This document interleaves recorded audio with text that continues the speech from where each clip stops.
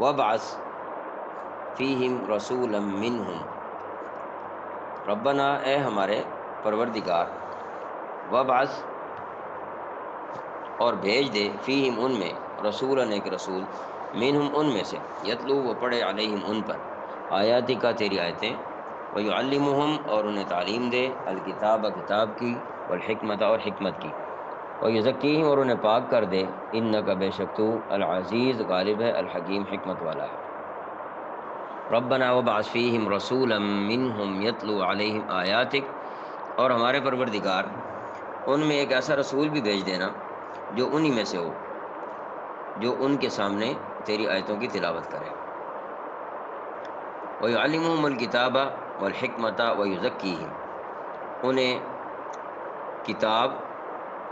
اور حکمت کی تعلیم دے۔ ابن ماجہ کی روایت کے مطابق اس میں فرمایا گیا کہ جو شخص قرآن کریم کی ایک آیت سیکھے گا، یعنی اس میں ترجمے کی کوئی شرط نہیں لگائی گئی،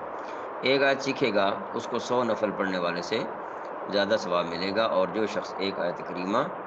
ترجمے کے ساتھ سیکھے گا اس کو 1000 نفل پڑھنے والے سے زیادہ ثواب ملے گا۔ یہ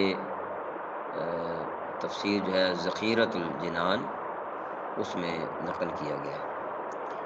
اور حکمت کی تعلیم دے جو فرمایا ہے تو اس سے مراد حدیث شریف کی تعلیم ہے۔ یہ بات ذہن میں رہے کہ قرآن کریم میں ایک ایک لفظ کے مختلف معنی بھی استعمال ہوتے ہیں۔ تو جیسے شروع میں نے عرض کر دیا تھا کہ یہ جو ہم میسج بھیجتے ہیں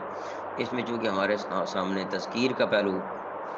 سامنے ہے، یا دھیانی کا، کہ قرآن کریم کے مجموعی طور پر مضامین سے ہمیں مناسبت ہو جائے، اور ایک مجموعی